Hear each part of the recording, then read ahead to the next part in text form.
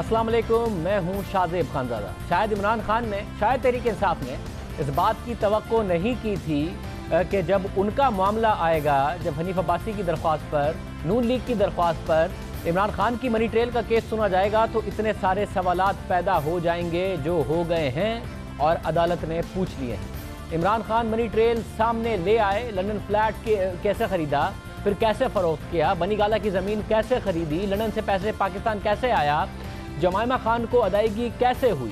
तहरीक इंसाफ के चेयरमैन इमरान खान ने जवाब तो दे दिया, मगर इस जवाब ने भी कई सवालात उठा दिए हैं और ये सवालात नून लीग के सामने, नून लीग के साथ साथ अदालत की तरफ से भी उठाए गए, जिनके जवाब अब तहरीक इंसाफ के चेयरमैन को देना होंगे। आज सुप्रीम कोर्ट में बाकायदा तौर पर ये सवालात तहरीक इंसाफ के सामने रखे गए हैं, टाइम दिया गया है उन्हें कि इन सवालात के जवाब दें।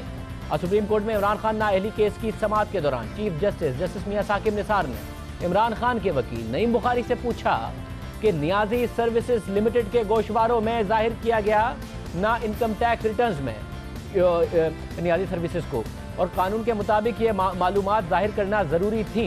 तो नईम बुखारी ने जवाब दिया कि फ्लैट की फ़रोख्त के बाद कंपनी में उस वक्त सिर्फ 9 पाउंड थे। जैसे उमर अता बदियाल ने कहा कि हो सकता है कंपनी के अलग असासाजात भी हों। नईम बुखारी ने जवाब दिया कि लंदन फ्लैट्स की फ़रोख्त के बाद नियाजी सर्विसेज खाली एक शेल कंपनी रह गई थी, इसमें और कोई असासे नहीं थे। नईम बुखारी ने दलाइल देते हुए कहा कि लंदन फ्लैट्स का तनाज़ा चल रहा था, इसलिए ताख़ीर से फ़रोख्त हुआ। बनीगाला जायदाद की अदायगी बैंकिंग के जरिए की गई, बाकायदा बैंकिंग चैनल के जरिए की गई। ये जायदाद इमरान खान की बीवी के पैसों से ली गई। चीफ जस्टिस ने पूछा कि लंदन फ्लैट्स 2003 में फ़रोख्त हुआ, लंदन का फ्लैट, लेकिन क्या वजह है कि किराया 2004 तक वसूल किया गया, क्या वजह थी? नईम बुखारी ने जवाब दिया कि किराएदार ने अदायगियाँ मुकदमा हारने के बाद की, यानी कि इस फ्लैट के हवाले से, क्योंकि किराएदार किराया नहीं दे रहा था, अदालत में केस चल रहा था, तो उसके बाद जब वो केस हारा, उसके बाद उसकी तरफ से जो अदायगियाँ की गई वो भी फ्लैट फ़रोख्त होने के बावजूद 2004 में नियाजी सर्विसेज में आई। आज अदालत ने इमरान खान के वकील से कई सवालात पूछे जो इमरान खान की पेश की गई मनी ट्रेल के बाद उठ रहे हैं। अदालत ने पूछा कि बनीगाला इराजी पहले ली गई, लंदन से रकम बाद में आई, अदायगी पहले कैसे हुई, क्योंकि जो डॉक्यूमेंट्स इमरान खान साहब की तरफ से जमा कराए गए, जिसमें जमायमा खान की तरफ से पैसे इमरान खान के दोस्त राशिद अली खान को दिए गए और उसके बाद इमरान खान को राशिद अली खान ने दिए, तहरीक इंसाफ के दावे के मुताबिक उन डॉक्यूमेंट्स में जो अदायगी है वो देर से नज़र आती है। बनीगाला की प्रॉपर्टी की जो परचेज़ है वो पहले नज़र आती है। जब अदालत ने ये पूछा, और अदालत ने दूसरा सवाल ये पूछा कि साबित कैसे होगा कि इमरान खान के दोस्त राशिद के अकाउंट में पैसे कब और कहां से आए। अदालत ने तहरीक इंसाफ के वकील से तीसरा सवाल ये पूछा कि राशिद खान ने जायदाद के लिए खुद से रकम नहीं दी तो अदायगी के लिए पैसा कहां से आया। अदालत ने चौथा सवाल ये भी पूछा कि राशिद खान के अकाउंट में आने वाली रकम में 2 जगह जमायमा का नाम है, बाकी रकम किसने भेजी। अब ये जो डॉक्यूमेंट्स बाकायदा तौर पर खुद तहरीक इंसाफ की तरफ से दिए गए हैं, जिसमें ट्रांजैक्शंस नज़र आती हैं कि राशिद खान के अकाउंट में 31 जुलाई 2002 को राशिद खान जो कि इमरान खान के दोस्त हैं, जिनके बारे में इमरान खान के जवाब में कहा गया है कि जमायमा ने पैसे राशिद खान को दिए, राशिद खान ने बनीगाला की प्रॉपर्टी ख़रीदने के लिए पैसे इमरान खान को दिए, तो उसमें 2 जगह जमायमा खान का नाम नज़र आता है। उसके अलावा जो दूसरी ट्रांजेक्शन्स हैं वो किसके हैं, ये सवाल भी पूछा गया। अदालत ने पूछा कि तलाक के बाद बनीगाला में 95 कनाल अराजी की जमायमा खान के नाम मुंतकली कैसे हुई, कागजात में जोजा इमरान खान क्यों लिखा गया। अदालत ने छठा सवाल ये पूछा कि जो चेक सर्टिफिकेट के मुताबिक जमायमा को कर्ज की वापसी नियाजी सर्विसेज कंपनी ने की, तो ये कंपनी बेमायनी कैसे हुई। अदालत सवाल उठा रही है कि नियाजी सर्विसेज लिमिटेड में ही सारे ट्रांजेक्शन हो रहे थे, किराया भी आ रहा था, जमायमा खान को पैसे भी, जो एक खुद डॉक्यूमेंट आज इमरान खान साहब की तरफ से जो अदालत में जमा कराया गया है उसके मुताबिक नियाजी सर्विसेज लिमिटेड के जरिए ही जमायमा खान को पैसे हुए, तो अदालत पूछ रही है कि ये कंपनी बेमायनी कैसे हुई। अदालत ने 7वां सवाल पूछा कि जमायमा ने लंदन से पहली रकम जुलाई 2002 में भेजी, उस वक्त तक 145 कनाल ज़मीन खरीदी जा चुकी थी। अदालत ने तहरीक इंसाफ के वकील से 8वां सवाल ये पूछा कि जमायमा ने जो इजाफी रकम लंदन से भेजी उसकी अदायगी राशिद खान ने इमरान खान को कैसे की। अब ये पूछने की वजह यह है कि बाकायदा तौर पर सिटी बैंक की डॉक्यूमेंट्स और जो ट्रांजैक्शन के डॉक्यूमेंट हैं ये दिए गए हैं जमायमा खान से राशिद खान को पैसे के, मगर राशिद खान से इमरान खान को पैसे कैसे पहुंचे इसका बैंकिंग ट्रेल नहीं दिया गया। तो अदालत ने आज पूछा कि राशिद खान से इमरान खान को पैसे कैसे पहुंचे, इसका जवाब दिया जाए। अदालत ने नवा सवाल ये उठाया कि जमायमा की तरफ से भेजी गई रकम में मुताबिकत नजर नहीं आती तो इस अदालत क्या समझे।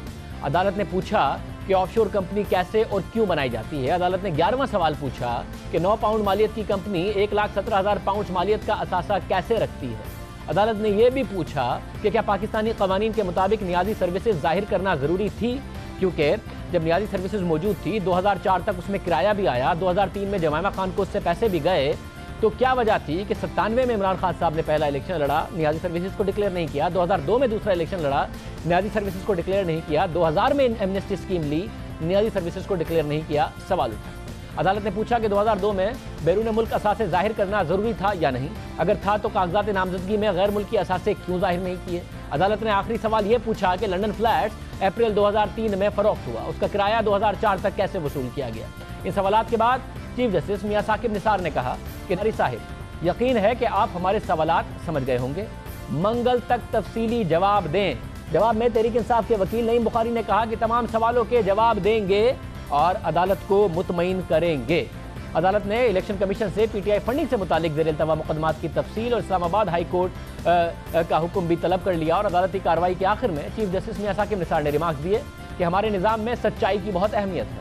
सच्चाई की तलाश के लिए जो रिकॉर्ड भी ढूंढना पड़ा या इंक्वायरी कराना पड़ी, कराएंगे। इन सवालात के जवाब तहरीक इंसाफ के चेयरमैन इमरान खान को देना होगा और जवाब के सामने आने के बाद ही मनी ट्रेल मुकम्मल होगी। कल तहरीक इंसाफ के चेयरमैन इमरान खान ने अदालत में 35 सफ़ात पर मुश्तमिल जवाब जमा कराया। 9 सफ़ात पर मुश्तमिल अपने बयान हल्फी में इमरान खान ने कहा कि 1971 से 1982 तक उन्होंने क्रिकेट से पैसे कमाए और तमाम टैक्स अदा किए और इसी रकम के जरिए 1983 में लंदन में एक बेडरूम का फ्लैट 1,17,000 बरतानवी पाउंड में खरीदा। उन्हें मशवरा दिया गया कि कैपिटल गेन टैक्स से बचने के लिए फ्लैट को ऑफशोर कंपनी के जरिए इस्तेमाल किया जाए, इसलिए ऑफशोर कंपनी बनाई। इस offshore company Niazi services limited का सिर्फ एक फ्लैट है और कोई असासा नहीं। इमरान खान ने अपने बयान हल्फी में मजीद लिखा कि उन्होंने 1995 में जमायमा से शादी की। तलाक के वक्त बरतानवी कानून के मुताबिक मुश्तरका असासे बराबर तकसीम होते हैं, जबकि शरई कानून के तहत साबका शौहर साबका बीवी के असासों का हक नहीं रखता। तलाक के बाद उन्होंने बीवी से असासे लेने से इनकार किया, जबकि जमायमा ने बनी गाला की जायदाद अपने और बच्चों के लिए ली थी। इमरान खान ने अपने बयान हल्फी में मजीद लिखा कि बनी गाला जायदाद बीवी के नाम थी। 2002 से मुझ पर शरीफ खानदान यहूदी लॉबी के इल्जामात लगा रहा है, इस वजह से जमायमा दोनों बच्चों को लेकर लंदन वापस चली गई। इसके अलावा इमरान खान ने बनी गाला की जमीन खरीदने की तफसीलात भी बताई। इमरान खान ने अपने बयान हल्फी में लिखा कि 13 मार्च 2002 में बनी गाला की जमीन की खरीद का मुआहदा तय पाया, जिसके लिए किस्तों में अदायगी करना थी, इसलिए लंदन फ्लैट्स को बेचने का फैसला किया, जिसकी अदायगी में ताखीर हो गई, जिसके बेचने में ताखीर हो गई। और आज नईम बुखारी साहब भी बता रहे थे कि फ्लैट का मुकदमा चल रहा था उसके किराएदार के हवाले से, इसलिए जमायमा खान से आर्जी तौर पर ब्रिज फाइनेंसिंग ली गई और पैसों की मुंतकली इमरान खान के करीबी दोस्त राशिद अली खान के जरिए हुई। जमायमा ने पैसे राशिद अली खान के सिटी बैंक के अकाउंट में मुंतकिल किए और उसका ट्रांजैक्शन रिकॉर्ड भी दिया गया है। बयान हल्फी के मुताबिक 6,60,693 अमरीकी डॉलर्स मुंतकिल किए गए। इमरान खान ने अपने बयान हल्फी में लिखा कि 5,62,415 पाउंड 7 मई 2003 को जमायमा खान के अकाउंट में मुंतकिल कर दिए गए। ये रकम ब्रिज फाइनेंसिंग की मद में वापस की गई, यानी इमरान खान ने 2002 में जो आर्जी तौर पर पैसे जमायमा से लिए बनी गाला की जमीन के जरिए वो उन्होंने मई 2003 में वापस कर दिए। अब इस हवाले से मसला ये है कि जो इमरान खान साहब की तरफ से जमायमा को पैसे दिए गए उसका बैंकिंग ट्रेल नहीं दिया गया। राशिद अली खान को जो जमायमा ने पैसे दिए उसका बैंकिंग ट्रेल जरूर दिया गया, मगर राशिद अली खान से इमरान खान को कैसे पैसे आए इसका मनी ट्रेल नहीं दिया गया। अदालत ने बहुत सारे सवालात पूछे हैं। क्या इन सवालात के जवाब पाकिस्तान तहरीक इंसाफ देगी? नईमुल हक साहब हमारे साथ मौजूद है, तर्जुमान पाकिस्तान तहरीक इंसाफ। नईमुल हक साहब बहुत शुक्रिया। और आप एक खान साहब को जानते हैं तकरीबन 35 सालों से, आप खुद एक बैंकर रहे हैं, ये बताइएगा कि ये पूरा बैंकिंग ट्रेल जो है जहां जहां मिसिंग है, जमायमा से राशिद अली खान तक तो है, मगर राशिद अली खान से इमरान खान तक नहीं, फिर इमरान खान से वापस जमायमा को जो पैसे दिए गए वो नहीं, आपने एक लेटर दे दिया है, ये देंगे, पूरा बैंकिंग ट्रेल सेटिस्फाई करेंगे? उसका तमाम रिकॉर्ड मौजूद है शाहिद, हर चीज का रिकॉर्ड मौजूद है। आज जो अदालत ने जितने भी सवाल किए थे उनके जवाब तैयार हो गए हैं। कोई चीज छुपाने की नहीं है इमरान खान के माली मामलात में, जैसा कि नवाज शरीफ की है। और मैं आपको यकीन दिलाता हूं कि मंगल के रोज सुप्रीम कोर्ट ने जो जवाब तलब किया है वो जो जवाबात हैं वो इंशाल्लाह सुप्रीम कोर्ट को मुतमईन कर देंगे। ये कोई गैर मामूली बात नहीं है कि सुप्रीम कोर्ट ने ऐसे सवाल किए, वो किसी फाइनल नतीजे पे पहुंचने से पहले वो ऐसे सवाल करते हैं। नवाज शरीफ के मामले में पैनामा में क्योंकि वो किसी नतीजे पर नहीं पहुंच पाए थे, उनके पास जवाबात नहीं थे, इसलिए उन्होंने कमीशन बना दिया था। इमरान खान के सिलसिले में ऐसी कोई बात नहीं और ना ही ये नौबत आएगी, क्योंकि वो तमाम सारे मनी ट्रेल हर चीज जो है वो रिकॉर्ड पर मौजूद है, जो इंशाल्लाह हम मंगल को उनको दे देंगे। आपने कहा कि सारा दे देंगे मंगल के दिन, तो ये भी दे देंगे जिससे आपका मनी ट्रेल ज़ाहिर है कंप्लीट हो जाएगा। जो अदालत ने सवालात पूछे हैं उसमें से कि जमायमा ने राशिद अली खान को पैसे दिए इमरान खान को देने के लिए, राशिद अली खान ने इमरान खान को कब और कैसे दिए उसका बैंकिंग ट्रेल, फिर जब इमरान खान ने जमायमा को वापस दिए लंदन का फ्लैट बिकने के बाद पैसे, उसका मनी ट्रेल, ये दोनों भी बैंकिंग ट्रांजेक्शन आप दे देंगे जिससे कंप्लीट होगा आपका मनी ट्रेल। पूरा एक राशिद अली खान के, जो राशिद खान के अकाउंट में जो पैसे आए हैं उसकी पूरी ट्रेल मौजूद है। वो एक पैसे का हिसाब मौजूद है उनके अकाउंट में, जो भी रकूमत आई, और वो इसलिए भेजी गई थी कि इमरान खान उस वक्त बाहर थे, लगातार बाहर रह रहे थे, क्योंकि जमायमा बच्चों को लेकर लंदन नहीं साहब, अगर इमरान खान साहब बाहर भी रह रहे थे तो पैसे तो बनी गाला प्रॉपर्टी के पाकिस्तान में अदा किए गए ना। अगर जमायमा खान ने बाहर राशिद अली खान को पैसे दिए तो राशिद अली खान ने तो इमरान खान को पाकिस्तान में भेजे होंगे ना, ताकि इमरान खान साहब ने बनी गाला की पेमेंट की हो। तो ये मनी ट्रेल बड़ा अहम है, क्योंकि जब तक खान साहब आज तक बताते रहे कि मैं पाकिस्तान पैसा लेके आया था, तो राशिद अली खान ने कैसे किस तरीके से बाहर से पैसा खान साहब को भेजा, इसका ट्रेल बहुत ज़्यादा लाजमी है। अगर ये बाहरों बाहर पेमेंट हुई है कि जमायमा ने राशिद अली खान को वहाँ दे दिया, राशिद अली खान पाकिस्तान कुछ नहीं लेके आए, उनके पाकिस्तान में कुछ असासे थे उससे उन्होंने, या उनके पास पैसे थे उन्होंने दे दिए, वैसे ये तो माज़ा के साथ हुंडी हवाले वाला तरीका हो जाएगा ना। ऑफिशियल ट्रांजेक्शन और ट्रांसफर बताना पड़ेगा आपको कि जो पैसे जमायमा से राशिद अली खान के पास गए वही पैसे ऑफिशियल बैंकिंग चैनल के जरिए पाकिस्तान वापस आए। ये हुंडी हवाले वाला मामला नहीं। नहीं, ये आपको किसने बता दिया? ये इससे कोई ताल्लुक नहीं। मेरा ख्याल है आपने वो डॉक्यूमेंट जब आप देखेंगे, और ना कोई छुपाने की बात है, हुंडी से कोई नहीं आया था, सारा बैंक के थ्रू आया था, और हर चीज जो है वो अब बोर्ड है, कोई गैर कानूनी काम नहीं हुआ था। मुझे यकीन है कि सुप्रीम कोर्ट जो है वो जो हमारे जवाबात होंगे उनसे बिल्कुल मुतमईन हो जाएगा। साहब, आप खुद एक बैंकर हैं, मामलात को समझते हैं, इसलिए मैं पूछ रहा हूँ कि ये जो ट्रेल है इसको बैंकिंग ट्रांजेक्शन के जरिए ही, क्योंकि जब आपने कहा कि गलत काम नहीं हुआ था तो बैंकिंग ट्रांजैक्शन के जरिए हुआ होगा ना। राशिद अली खान ने भी बैंकिंग चैनल के जरिए भेजे होंगे अगर गलत नहीं है, खान साहब ने भी जमायमा को बैंकिंग चैनल के जरिए दिए होंगे, तो ये सारा देंगे। आप बैंकर हैं, आप जानते हैं कि क्या गलत होता है क्या ठीक होता है, ये किसने किसको कैसे दिया, ये सब बैंकिंग के जरिए हुआ, इसके प्रूफ हैं मेरे पास। ये जितने भी सुप्रीम कोर्ट के जो सवालात हैं ना, जो आज उन्होंने हमें दिए हैं, उन तमाम सवालात के जवाब तैयार हैं, और इंशाल्लाह मंगल को वो तमाम जवाबात सुप्रीम कोर्ट में दाखिल कर दिए जाएंगे। साहब, आप एक बहुत लंबे अरसे से जानते हैं खान साहब, आप बैंकर भी थे, आप फाइनेंशियली एडवाइस करते थे खान साहब को 80 की दिहाई में, 90 की दिहाई में आपके ताल्लुकात अच्छे हैं, आपकी दोस्ती रही है बड़ी, एडवाइस करते थे उन्हें?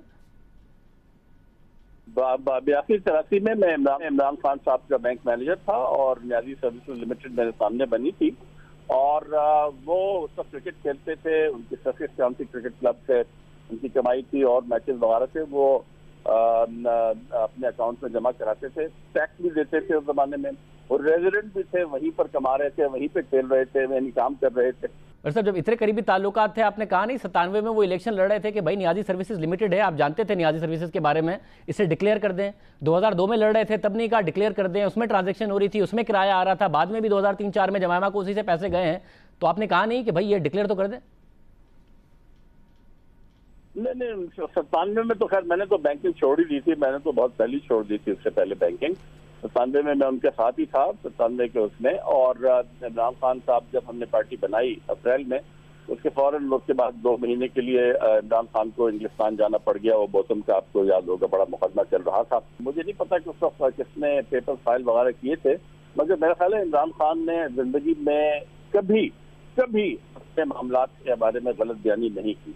इसका तो मैं गारंटी करता हूँ, 35 साल से मैं इमरान खान को जानता हूँ। मतलब अगर गलत बयानी नहीं की, और जब आप कह रहे हैं कि आप उनको बहुत लंबे ज़्यादा अरसे से जानते हैं, तो जो फाइनेंशियल एडवाइस थी वो उनको गलत मिली। सन 2000 में आपने नहीं एडवाइस किया उन्हें कि एमनेस्टी स्कीम ले रहे हो तो उसमें ये नियाजी सर्विसेज लिमिटेड का भी बता दें, ताकि पता हो। जब एमनेस्टी स्कीम सन 2000 में ले रहे थे उसका भी उन्होंने नहीं बताया, बाद में बताया कि ये इसको डिक्लेयर कर देते।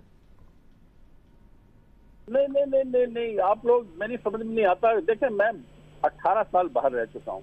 पाकिस्तान में लोग, माफ कीजिएगा, खासतौर पर मीडिया के हवाले से लोग समझते हैं नहीं और उसके हमेशा गलत मतलब निकालते हैं। अब मुझे ये बताएं, जाती उमरा का जो पाकिस्तान का सबसे बड़ा रिहायशी घर है, जाती उमरा नवाज शरीफ का, उसके पैसे कहाँ से आए?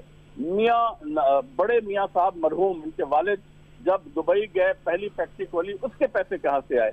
इन्होंने तो सारी उम्र नाजायज कमाई की है, अपने इक़्तिदार से गलत छुपाया है, और यहाँ इमरान खान के पीछे पड़ गए, मीडिया को लगा दिया, अरबों रुपया खर्च कर रहे हैं, क्योंकि इमरान खान ने सिर्फ अपनी कमाई खर्च की है, अपनी कमाई है की है, और क्रिकेट खेल के पैसे कमाए हैं और पैसे लेकर वापस आए हैं। बुनियादी सर्विसेज लिमिटेड अपने नाम से बनाई है यार, अगर उनको छुपाना होता तो किसी और नाम से बनाते, जैसे नवाज शरीफ ने पनामा में कंपनी बनाई है, अपने नाम से नहीं बनाई है। नहीं मतलब साहब, एक तो खान साहब को क्वेश्चन कर कौन रहा है कि खान साहब ने कोई गवर्नमेंट ओहदा रखा नहीं, जाहिर क्वेश्चन नहीं कर रहा कि उन्होंने पता नहीं किस तरीके से पैसे कमाए थे, किस तरीके से नहीं कमाए थे। जाहिर है वो क्रिकेट खेलते थे, सारे मामला ठीक है। कहाँ कहाँ उन्होंने नहीं डिक्लेयर किया, इस हवाले से सवाल हो रहा है। आपने कहा आप 18 साल बाहर रहे हैं, कौन सा ऐसा मुल्क है, अगर आप ज़ाहिर मगरबी ममालिक में ही कहीं रहे होंगे, कि जहां पर ये पब्लिक रिप्रेजेंटेटिव से सवाल नहीं होता कि भाई आपने क्या डिक्लेयर किया है, क्या नहीं किया, कहां आपकी मनी ट्रेल पूरी है, कहां नहीं है। होता है। एक साल से आप बात कर रहे हैं कि जाती उमरा के प्रॉपर्टी के हवाले से, एक साल से शरीफ खानदान से, इस प्लेटफॉर्म से या पूरा मीडिया सवाल नहीं कर रहा है। जो भी अदालत ने सवाल उठाए गए हैं वो नहीं कर रहे हैं। आज भी अदालत ने आप लोगों से सवाल उठाए हैं, तो सवाल तो होते रहे हैं, सबसे हो रहे हैं। नहीं तो मैं यही कह रहा हूँ ना कि अब नवाज शरीफ की क्योंकि इक़्तिदार की कश्ती डूब रही है, और इंशाल्लाह ईद के फौरन बाद वो हमेशा हमेशा के लिए पाकिस्तानी नाअहल करार दे दिए जाएंगे। अब वो बौखलाहट में अपनी हुकूमत के तमाम जराए, तमाम वसाइल इस्तेमाल कर रहे हैं कि हम तो डूबे हैं सनम, तुमको भी ले डूबेंगे। ये है नवाज शरीफ का फलसफा, कि वो चाहते हैं कि इमरान खान की वजह से, क्योंकि वो अब उनका इक़्तिदार खत्म हो रहा है, तो मैं इसको भी ले डूबूं। ये है उनकी सोच। इसी सिलसिले में आप तैरेंगे, आप नहीं डूबेंगे अगर आप सारे के सारे सबूत देंगे। क्यों डूबेंगे आप? और उनकी अगर ये साजिश है भी, तो वो अपनी साजिश में कैसे कामयाब होंगे अगर आप सारे सबूत देंगे? एक आपने आज एक खत दिया है, एशले कॉक्स का मैनेजिंग डायरेक्टर साहब हैं, जिसमें कहते हैं कि 18 अप्रैल 2003 को 5,62,415 पाउंड्स इमरान खान ने जमायमा खान को दे दिए। इसका बैंकिंग ट्रांजेक्शन अगर दे देंगे तो आप क्यों डूबेंगे? जब एक ऐसा ही खत मरियम नवाज की तरफ से दिया गया, मिनरवा का सारा मामला, तो बार बार हम कहते रहे, बार बार सवाल उठता रहा, आप लोग कहते रहे कि सपोर्टिंग बैंकिंग ट्रांजेक्शन भी दें।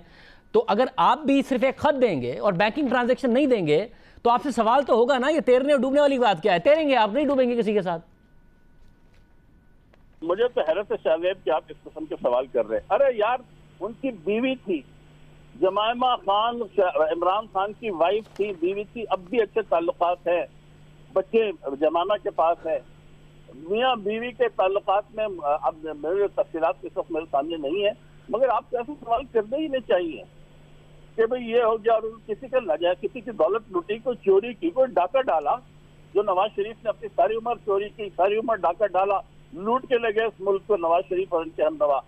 हर चीज रिकॉर्ड पे मौजूद है। मंगल के बाद ये कहानी मेरा ख्याल है हमेशा हमेशा की दफन हो जाएगी। तो जहाँ सवाल पैदा होगा, सवाल तो हम पूछेंगे, और दूसरा सवाल पूछने का हक सिर्फ किसी एक जमात को नहीं है, जिस पर सवाल होगा या किसी एक जमात से नहीं है।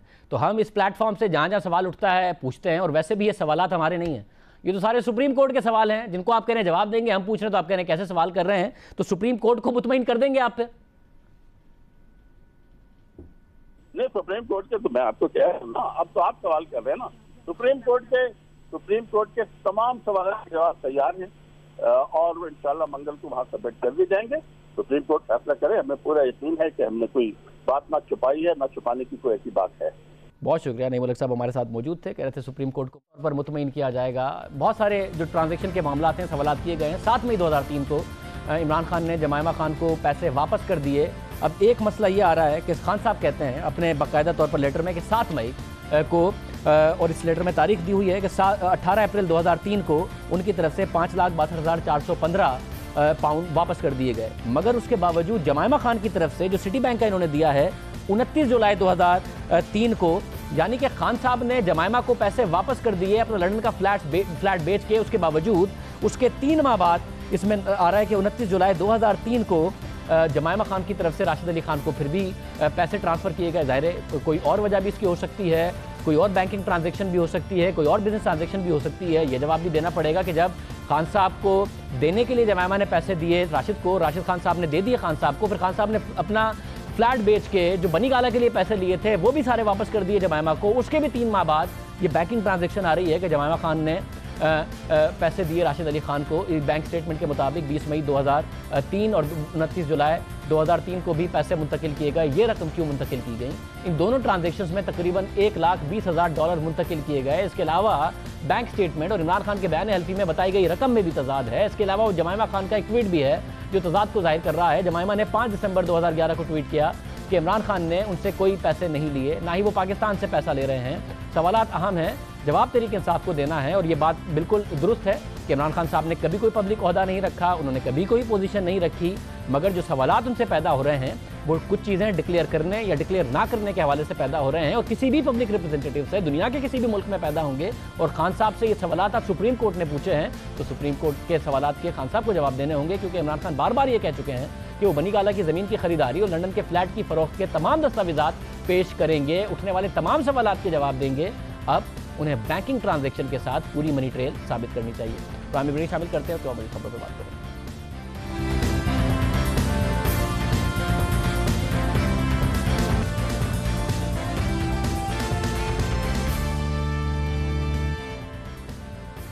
नून लीग की हुकूमत कल अपना 5वां बजट पेश करने जा रही है, लेकिन गुज़िश्ता 4 सालों में हुकूमत ने मईशत की बेहतरी के लिए बड़े बड़े दावे किए।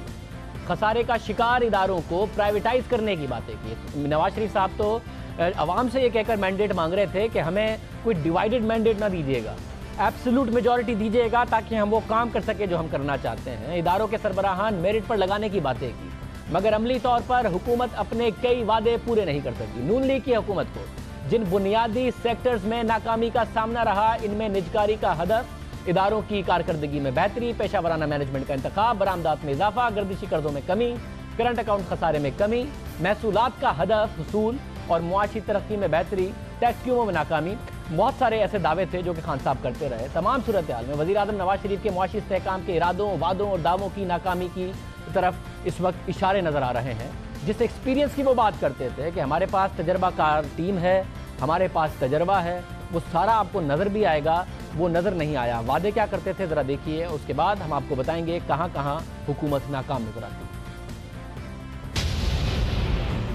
सरकारी और नीम सरकारी कॉरपोरेशनों और अहम इदारों के बोर्ड ऑफ गवर्नर्स, उनके चीफ एग्जीक्यूटिव्स के तकर्रुर के लिए एक शफाफ निज़ाम वज़ा कर लिया गया है।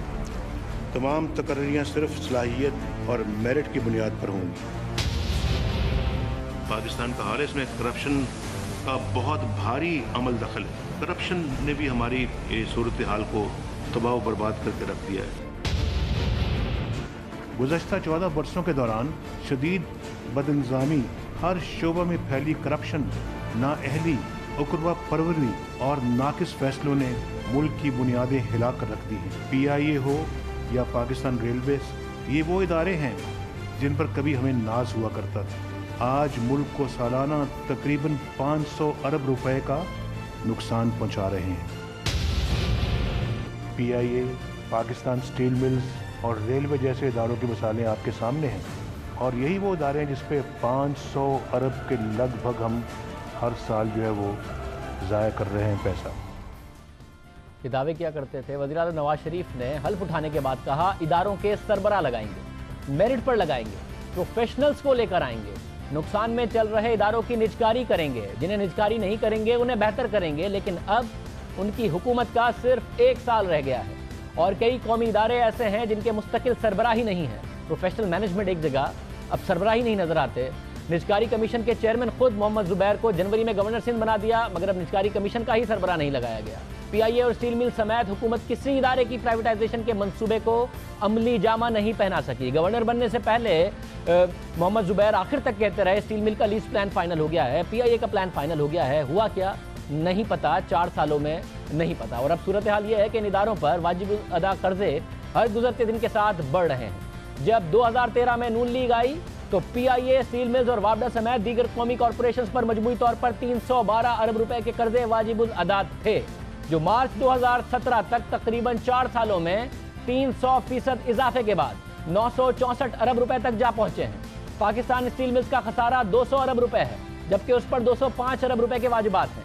PIA का खसारा 200 अरब रुपए से जायद है, जबकि PIA सालाना 3.2 अरब रुपए कर्जों पर अदा कर रहा है, महीने की बुनियादों पर ये पेमेंट पीआईए की तरफ से हो रही है। पावर सेक्टर के गर्दिशी कर्जे 400 अरब रुपए से बढ़ चुके हैं। हुकूमत 5वां बजट पेश करने जा रही है, लेकिन अकाउंट्स में करेंसी और आमदनी से मुतालिक शोबों के मुस्तकिल अफसरान मौजूद नहीं है। गवर्नर स्टेट बैंक की मुद्दत मुलाजमत 29 अप्रैल को खत्म हुई तो रियाजुद्दीन रियाज को कायम मकाम गवर्नर स्टेट बैंक लगा दिया गया, मुस्तकिल गवर्नर नहीं। एफबीआर के चेयरमैन का मामला हो तो यहाँ डॉक्टर इरशाद की रिटायरमेंट के बाद नई तकरीरी के बजाय उन्हीं को मुद्दत मुलाजमत में 1 माह की तोसी दे दी गई। ऑडिटर जनरल का ओहदा 1 माह में दूसरी मरतबा खाली हुआ और 3 मई को वजीर आजम ने जफर हसन को Pakistan audit and account service से तरक्की देकर एडिशनल ऑडिटर जनरल मुकर्रर किया गया। मुस्तकिल इदारे, जो इदारों के मुस्तकिल सरबराहान हैं, उन्हें लगाने में नाकाम नजर आती है वजीर आजम नवाज शरीफ की हुकूमत। एहदाफ का मामला भी एहदाफ मुकम्मल नहीं हो सके। निजकारी का हदफ, और अगर हम एक एक करके आपके सामने रखें कि कहाँ हुकूमत कामयाब हुई, कहाँ नाकाम, निजकारी के हदफ में हुकूमत मुकम्मल तौर पर नाकाम हुई। ना ही लॉस मेकिंग एंटिटीज में पीआईए स्टील मिल, ना ही पावर डिस्ट्रीब्यूशन कंपनीज को हुकूमत प्राइवेटाइज कर पाई। इदारों की कारकर्दगी को बेहतर बनाने में हुकूमत मुकम्मल तौर पर नाकाम हुई। पीआईए स्टील मिल प्राइवेटाइज नहीं हुए, पावर डिस्ट्रीब्यूशन कंपनीज प्राइवेटाइज नहीं हुई, मगर उनकी कारकर्दगी में बेहतरी भी नहीं आई। पेशावराना मैनेजमेंट लाने का वादा, उसके इंतखाब में मियां नवाज शरीफ की हुकूमत 4 सालों में मुकम्मल तौर पर नाकाम हुई। बरामदात में इजाफे के दावे किए गए थे कि पाकिस्तान की कशकोल तोड़ देंगे, एक्सपोर्ट्स बढ़ाएंगे। अब पाकिस्तान की तारीख का सबसे बड़ा तिजारती खसारा मियां नवाज शरीफ साहब की हुकूमत में है। बरामदात में इजाफे में मियां नवाज शरीफ की हुकूमत मुकम्मल तौर पर नाकाम हुई। गर्दिशी कर्जों में कमी का दावा किया गया। आते ही पीपल्स पार्टी के दौर के गर्दिशी कर्जों की अदायगी की गई और कहा गया कि हम बेहतर मैनेजमेंट करेंगे, लेकिन गर्दिशी कर्जों की कमी में हुकूमत मुकम्मल तौर पर नाकाम हुई। ज़राई इस्लाहात की बात की गई कि हम एग्रीकल्चर के शोबे में इस्लाहात करेंगे, बेहतर बीज हो, पाकिस्तान में कॉटन और उसकी पैदावार बेहतर हो। अब नजर आता है कि ज़राई इस्लाहात 4 साल में कोई नहीं हो सकी। हुकूमत इस मामले में भी मुकम्मल तौर पर नाकाम रही और अब चाइना की तरफ रिलायंस है कि वो, खबर आई थी, ज़मीन लेंगे और फिर एक बेहतर टेक्नोलॉजी ट्रांसफ़र करेंगे। स्टॉक मार्केट के हवाले से अगर देखें तो स्टॉक मार्केट में इस्लाहात भी हुई। स्टॉक मार्केट का इंडेक्स बढ़ा भी, 52,000 की सतह पर पहुंचा, तमाम रिकॉर्ड तोड़े। स्टॉक मार्केट में हुकूमत कामयाब नजर आती है। करंट अकाउंट ये और है जिसकी आज नाकामी खुद इसहाक डार साहब भी कबूल कर रहे थे। करंट अकाउंट खसारे में भी हुकूमत मुकम्मल तौर पर नाकाम नजर आती है। तारीख की बुलंद तरीन सतह पर करंट अकाउंट खसारा पहुंचा हुआ है। टैक्सेस में इजाफे का अगर मामला हो तो जाहिर है तकरीबन डबल करने में इसहाक डार साहब कामयाब हुए। टैक्सेस में इजाफे में हुकूमत कामयाब नजर आती है एब्सोल्यूट नंबर्स की अगर बात की जाए तो। साथ ही टैक्सेस में इजाफे के साथ साथ कहा गया था कि हम ऐसी टैक्स स्कीमें लेके आएंगे जिससे बेस भी बढ़ेगा। टैक्स स्कीमें मुतारिफ कराई गई, एमनेस्टी स्कीमें मुतारिफ कराई गई रियल एस्टेट के लिए। इसके अलावा ट्रेडर्स को टैक्स नेट में लाने के लिए स्कीमें मुतारिफ कराई गई, मगर अपनी टैक्स स्कीमों में हुकूमत मुकम्मल तौर पर नाकाम नजर आती है। महंगाई पर कंट्रोल हुकूमत की तरफ से कहा गया था। कुछ ऐसे सूटेबल कंडीशंस भी रहीं, ऑयल प्राइसेस के हवाले से भी कंडीशंस बेहतर रही, मगर पिछले अगर 2 से 3 सालों में देखें तो हुकूमत इस मामले में कामयाब नज़र आती है कि महंगाई पर कंट्रोल किया गया है, जिसकी वजह से जो शरह सूद है वो भी स्टेट बैंक नीचे इस वक्त रखे हुए हैं। साथ ही लोड शेडिंग के खात्मे का वादा किया गया। खुद जो वजीर हैं ख्वाजा आसिफ साहब, उन्होंने 2017 तक के दावे किए थे। शहबाज शरीफ साहब तो 6 महीने कहते थे, मियां नवाज शरीफ साहब 2017 तक की बात करते थे। 2017 है, 2017 की गर्मियां हैं, लोड शेडिंग अपने उरूज पर है। मियां नवाज शरीफ साहब अब तक 4 सालों में इस शोबे में नाकाम रहे हैं। 1 साल के लिए कहते हैं कि 2018 तक ख़त्म हो जाएगी, वो 1 साल भी देखेंगे। 2017 तक के दावों में हुकूमत नाकाम नज़र आती है। मालियाती खसारे का अगर बात की जाए तो मालियाती खसारे में कमी के हवाले से हुकूमत का जो दावा था वो उसमें हुकूमत जितनी बातें की गई उसमें कामयाब नज़र आती है। 8% से ऊपर के मालियाती खसारा डार साहब को, इसहाक डार साहब को मिला। उसे कर्टेल करने में, फिस्कल डिसिप्लिन लाने में, IMF के प्रोग्राम में इस कमिटमेंट को पूरा करने में और अपने टारगेट के करीब रहने में इसहाक डार साहब बहरहाल कामयाब हुए। निजी शोबे की सरमायाकारी हो, क्योंकि कोई भी मईशत उस वक्त तरक्की करती है जब निजी शोबे की सरमायाकारी हो। इन्वेस्टमेंट टू GDP बढ़े। इन्वेस्टमेंट टू GDP के लिए लाजमी है प्राइवेट सेक्टर इन्वेस्टमेंट करे। उसके लिए लाजमी है कि अगर आपने रोज़गार के मौके पैदा करने हैं कि प्राइवेट सेक्टर की तरफ से एक इन्वेस्टमेंट का रुझान हो, मगर हुकूमत 4 सालों में इसमें भी नाकाम नज़र आती है। निजी शोबे की सरमायाकारी में नाकाम। सनतों की बहाली का दावा किया गया था, मगर इंडस्ट्रियल सेक्टर की ग्रोथ अगर देखी जाए नेगेटिव से शुरू किया, नंबर्स बेहतर ज़रूर हुए, मगर जो सनतों की बहाली और सनतों में मज़ीद इन्वेस्टमेंट थी ताकि पाकिस्तान के एक्सपोर्टेबल सरप्लस क्रिएट हो या इंपोर्ट सब्स्टिट्यूशन हो, ये भी नहीं हुआ। हुकूमत इस शोबे में भी नाकाम नज़र आती है 4 सालों में। मुआशी तरक्की की रफ्तार में इजाफे का दावा किया गया था, जो पीपल्स पार्टी के दौर हुकूमत से इनहेरिट किया, उसके मुकाबले में मुआशी तरक्की के अहदाफ बेहतर किए। 5% से पहली दफ़ा पिछले 8 से 9 सालों में मुआशी तरक्की के नंबर्स बेहतर हुए हैं। तो जो टारगेट था वो नहीं पूरा किया इस साल, मगर 5% से बेहतर हुआ है। 7% की डार साहब की तरफ से बात की जाती है। तो जो बहुत सारी चीज़ें हैं जो जिसमें ज़ाहिर है आप सिर्फ फाइनेंस मिनिस्ट्री को नाकाम नहीं करार दे सकते। फाइनेंस मिनिस्ट्री फिस्कल डिसिप्लिन लेके आई, दूसरे मामला बेहतर किए, टैक्सेस को बेहतर किया, मगर जो दूसरे मुख्तलिफ मिनिस्ट्रियाँ थी जिसमें मियाँ नवाज शरीफ साहब दावा करते थे, वादा करते थे कि उनका एक्सपीरियंस नज़र आएगा, उनका एक्सपीरियंस नज़र नहीं आया। इस मईशत को सस्टेनेबल बुनियादों पर बेहतर करते, वो एक्सपीरियंस नज़र नहीं आया। इदारों का हाल ज़्यादा बुरा है, प्रोफेशनल मैनेजमेंट नहीं है, इदारों के सरबरा नहीं है। मियाँ नवाज शरीफ की 4 साल दौर में जो नेगेटिव्स हैं उनकी अपनी परफॉर्मेंस में, और सिर्फ इकनॉमिक परफॉर्मेंस की बात कर रहे हैं, दूसरे मामला की नहीं, नेगेटिव ज़्यादा नज़र आते हैं बनिस्बत इसके कि पॉजिटिव्स होते। शायद अगर फाइनेंस मिनिस्ट्री को और सपोर्ट मिलती, प्रोफेशनली अगर दूसरे इदारों को हैंडल किया जाता, तो इस मईशत की हालत इस वक्त और बेहतर होती। माली साल 2016-17 के लिए अब जो मुकर्रर किया गए हदफ थे, आज हुकूमत की तरफ से इकनॉमिक सर्वे में डार साहब ने वो भी शेयर किए, जिसमें कुछ में कामयाबी हासिल हुई। GDP की शरह नमू का हदफ 5.7% था, 5.3 हासिल हो सका।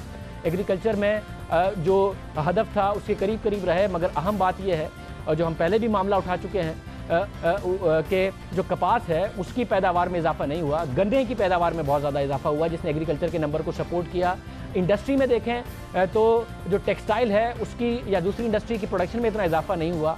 जो चीनी है उसकी पैदावार में तकरीबन 29% का इजाफा हुआ। मईशत को इसका कितना फ़ायदा है, इंडिविजुअल ख़ानदानों को तो बहुत है, शरीफ ख़ानदानों की भी अपनी शुगर मिले हैं, जरदारी साहब और उनके दोस्तों की भी शुगर मिले हैं, तहरीक इंसाफ में तरीन साहब की भी शुगर मिले हैं, तो इन सबका तो फ़ायदा है ही है। मगर गन्ना ज़्यादा उगाने से और फिर चीनी ज़्यादा बनाने से और कपास कम उगा के टेक्सटाइल सेक्टर को नुकसान पहुँचाने से मईशत को कितना फ़ायदा हुआ, ये हुकूमत खुद देख सकती है। इकनॉमिक सर्वे के आज नताइज ज़रूर आए हैं।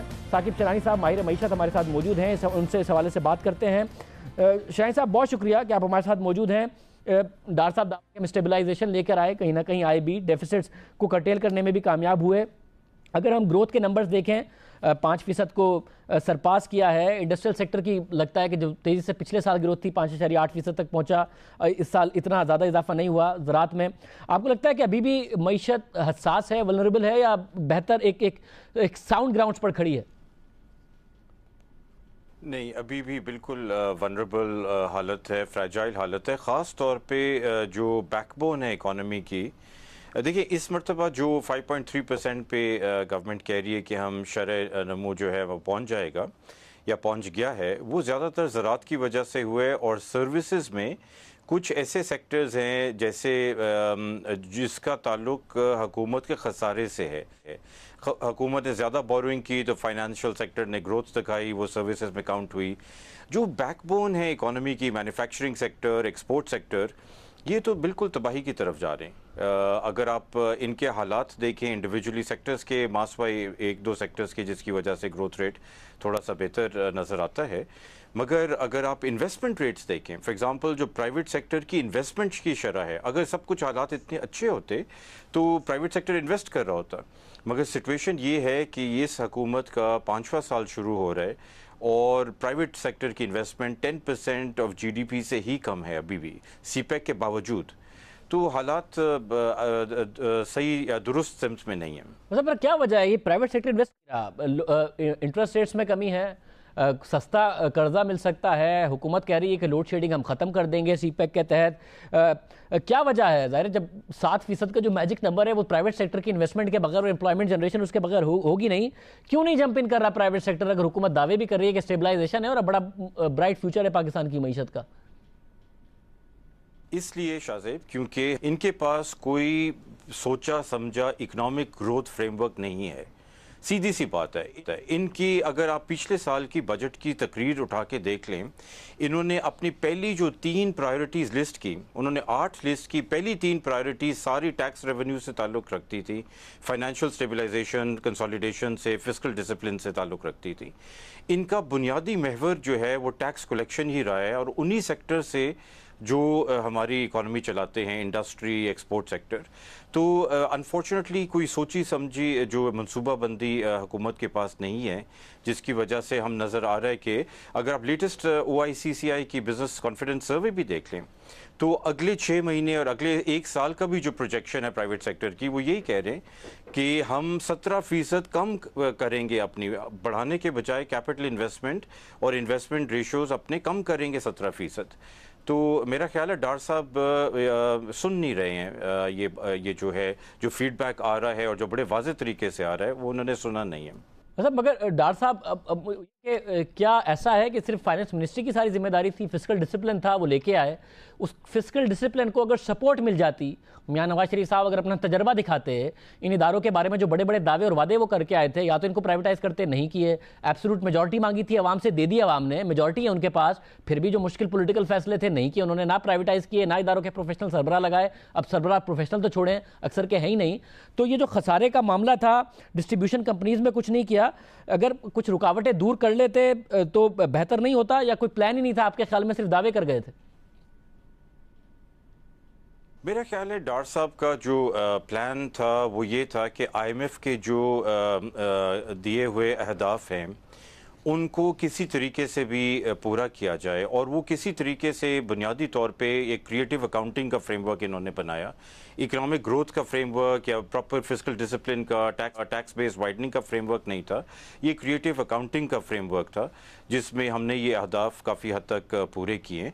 टैक्स रेवेन्यू साइड पे भी अगर आप देख लें तो टैक्स रिवोल्ट सामने नज़र आ रहा है वाज़े, जो हम 3 साल से डॉक्टर साहब को कह रहे हैं कि लोग जो टैक्स नेट में हैं उनके ऊपर अब मज़ीद इतना बोझ डालेंगे कि वो फिर निकल जाएंगे टैक्स बर्डन से, टैक्स नेट से, और ये टैक्स रिवोल्ट भी सामने नज़र आ रहा है। तो इवन हियर इनकी पॉलिसीज़, पाकिस्तान स्टील मिल्स, आपने बिल्कुल सही कहा, PIA की बात की, वहाँ भी कोई टर्न अराउंड नहीं नज़र आ रहा है, हालात बतदरीज और ख़राब हो रहे हैं, बिगड़ रहे हैं। तो अनफॉर्चुनेटली इन्होंने नंबर्स की हद तक तो इन्होंने मीट कर लिया अपने, बट एक्चुअली जो स्ट्रक्चरल बेसिस है उसकी वो नहीं नज़र आ रही है। मतलब साथ ही ज़ाहिर एक्सटर्नल साइड जो जब मुशर्रफ साहब के दौर में जो इकोनॉमिक अचीवमेंट थी वो अचानक, वो कहते हैं ना, धड़ाम से गिरना, वो इसलिए हुआ कि एक्सटर्नल जो साइड था वो नहीं लगता था कि किसी साउंड बेसिस पर है ना, एक्सपोर्ट्स में ग्रोथ थी, अचानक एक प्रेशर आया। अब भी रिकॉर्ड करंट अकाउंट डेफिसिट है। ये एक्सटर्नल साइड ऐसा है कि 2-3 सालों में कोई ऐसे इनफ्लोज हो या सरप्लस या इंपोर्ट सब्स्टिट्यूशन हो कि ये मेंटेन हो सके, या इसकी आपको उम्मीद नहीं नजर आती? नहीं, मेरा ख्याल है हमें अगले साल, पहले मेरी तवक्को थी कि अगले साल के एंड में, 2018 के एंड में या 19 के शुरू में IMF के पास हमें जाना पड़ेगा। ये लगता है शायद 2018 के वस्त में ही जाना पड़े। इसमें कोई बेहतरी की उम्मीद नहीं है। बहुत शुक्रिया। साकिब शाहीन साहब हमारे साथ मौजूद थे। वो तो ये कह रहे हैं कि शायद हो सकता है हमें अगले साल दोबारा जाना पड़ेगा 2018 के वक्त तक, IMF के पास बेहतरी की उम्मीद नज़र नहीं आती। बहुत सारी कमिटमेंट्स थी, ज़ाहिर फाइनेंस मिनिस्ट्री की तरफ से काफ़ी कुछ बेहतर किया गया, फिस्कल डिसिप्लिन, ये सारे मामला आए कि दूसरी सपोर्ट मियां नवाज शरीफ साहब के तजर्बे से नज़र आनी चाहिए थी, वो नहीं नज़र आई, जिसकी वजह से आज बहुत सारा हसासियत नज़र आती है माशी मामला में। प्रोग्राम में एक ब्रेक लेते हैं। कल बजट है, क्या क्या हो सकता है, एक्सपेंशनरी बजट अफोर्ड भी कर सकता है पाकिस्तान, इस पर बात करेंगे ब्रेक के बाद।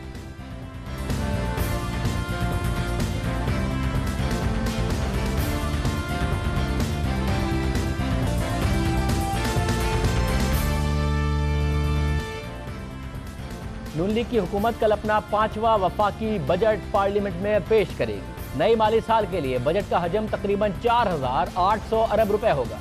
तरक्याती बजट के लिए 1,001 अरब रुपए और कर्जों पर सूद की अदायगी के लिए 1,401 अरब रुपए।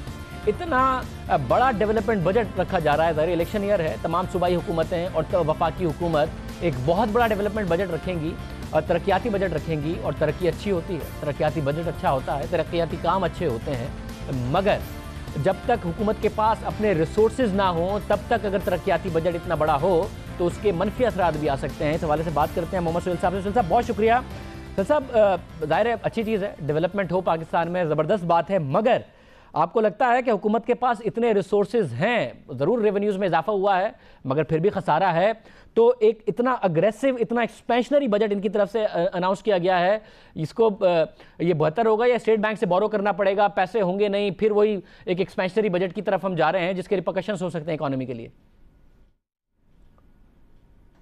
डेवलपमेंट बजट हमेशा मुल्क की तरक्की के लिए अच्छा होता है, मगर इसके लिए दो तीन चीज़ों का ख्याल रखना बहुत ज़रूरी है। एक तो ये कि वो वाकई ही प्रोडक्टिव यूज़ में हो, उसकी इन्वेस्टमेंट जो हो वो एसेट की तरह हो जिसका रिटर्न आने वाले काफ़ी सालों में देखा जा सके। तो अगर ये चीज़ को मद्देनज़र रखें तो ये होना चाहिए डेवलपमेंट एक्सपेंडिचर। मगर दूसरी जानिब हमारी हिस्ट्री ये रही है कि काफ़ी दफ़ा इस बजट को ख़र्चों के लिए या दूसरी चीज़ों के लिए यूज़ किया जाता है। जिस तरह आपने अभी इंदिया दिया के इलेक्शन में वोट हासिल करने के लिए किया जा रहा है। इसके अलावा हमने देखा है कि इस हुकूमत ने काफ़ी फिस्कल डेफिसिट कंट्रोल किया, 8% GDP से कोई 4% के करीब आ गए। मगर अभी जब से IMF का प्रोग्राम ख़त्म हुआ है तो ये फिस्कल डेफिसिट बढ़ना शुरू हुआ है। तो जब आप बोरोइंग के थ्रू, चाहे वो आप बैंक से बोरो करें या बाहर से बोरो करें या प्राइवेट सेक्टर से, उसके थ्रू जब आप डेवलपमेंट एक्सपेंडिचर कर रहे हैं तो फिर ये फिजिबिलिटी देखनी पड़ती है कि आया उसका रिटर्न इतना ज़्यादा होगा कि आने वाले सालों में हम सूद की अदायगी के अलावा भी पैसे कमा सकें। तो आपने बिल्कुल बजा फरमाया, इस हाई डेवलपमेंट एक्सपेंडिचर की रिस्क भी हैं, बेनिफिट भी हैं, मगर बज़ाहिर ये लग रहा है कि इसका सबसे बड़ा मोटिव जो है वो तरक्याती काम करना है ताकि आने वाले इलेक्शन में वोट हासिल किया जा सके। और जब फंड्स ना हो पूरे तो और मसला ये होता है कि बोरो कर लिया अगर स्टेट बैंक से तो अभी तो 7% का जो मैजिक नंबर है जो डार साहब कहते हैं उस तरफ गए नहीं, आहिस्ता आहिस्ता ज़रूर गए हैं, 5% इन्होंने क्रॉस किया है। उससे पर जाने से पहले ही जब एक्सपेंशनरी पॉलिसीज़ हों, बोरो करके पैसा प्रिंट करना पड़ रहा और ये सारे मामलात हुए तो इन्फ्लेशनरी प्रेशर ना क्रिएट हो जाए जिसकी वजह से दोबारा इंटरेस्ट रेट बढ़ जाए, फिर वही जो इकोनॉमी का इन्वेस्टमेंट साइकिल है वो ना पूरा हो। अगर बैंक्स के पास लिक्विडिटी ना हो तो क्राउडिंग आउट ना पैदा हो जाए कि प्राइवेट सेक्टर को पैसा ना मिल रहा हो। ये सब हुआ है पाकिस्तान की मईशत में पास्ट में, ये खतरात हैं। देखिए, क्राउडिंग आउट शायद इतना ज़्यादा ना हो क्योंकि banking sector flush with liquidity है। अलबत्ता ये आपने बिल्कुल बजा फरमाया और ये तो हो भी रहा है कि सेंट्रल बैंक से बोरोइंग, जब से IMF का प्रोग्राम ख़त्म हुआ है, सेंट्रल बैंक से बोरोइंग शुरू हो गई है। और अगर इतना बड़ा डेवलपमेंट एक्सपेंडिचर के लिए मज़ीद सेंट्रल बैंक से बोरोइंग की गई तो ये इन्फ्लेशनरी भी हो सकता है, अभी नहीं मगर आने वाले कुछ सालों में। तो इन सिचुएशन को देखते हुए मेरे ख्याल में लोकल लिक्विडिटी इतनी है कि ये मैनेज कर लें। मगर जिस तरह मैंने पहले कहा था कि अगर ग्रोथ आ रही है बोरोड मनी से तो इसमें रिस्क ये है कि देखना ये है कि क्या सूद की अदायगी के लिए पैसे होंगे कि नहीं। और पाकिस्तान की तारीख पे अगर नज़र डालें तो ये मसले हमेशा आए हैं। आज भी जहां हम 100 रुपए का रेवेन्यू कमाते हैं उसका मेजर पोर्शन जो है वो डेट सर्विसिंग के लिए इस्तेमाल हो रहा है। तो आइडियल तरीका तो ये है किसी मुल्क की तरक्की का कि डेवलपमेंट एक्सपेंडिचर बढ़ाया जाए और वो अपने रिसोर्सेज से बढ़ाया जाए, ना कि बोरोइंग मनी से। बहुत शुक्रिया मोहम्मद सलील साहब हमारे साथ मौजूद थे, इज़हार कर रहे थे। उम्मीद करते हैं कि जब बजट अनाउंस हो तो उसमें जो रिसोर्स है उसकी मोबिलाइजेशन के लिए और क्या नए एवेन्यूज़ होंगे उसके भी जो इकदाम हैं वो अनाउंस किए जा रहे हों, जो कि इलेक्शन ईयर में उतना ही मुश्किल नज़र आता है जितना डेवलपमेंट बजट को कम रखना मुश्किल नज़र आता है, क्योंकि अनपॉपुलर होता है रिसोर्स को अगर मोबिलाइज करने जाएंगे आवाम से। आज के प्रोग्राम में इतना ही, आपसे कल के प्रोग्राम में मुलाकात होगी। अल्लाह हाफ़िज़।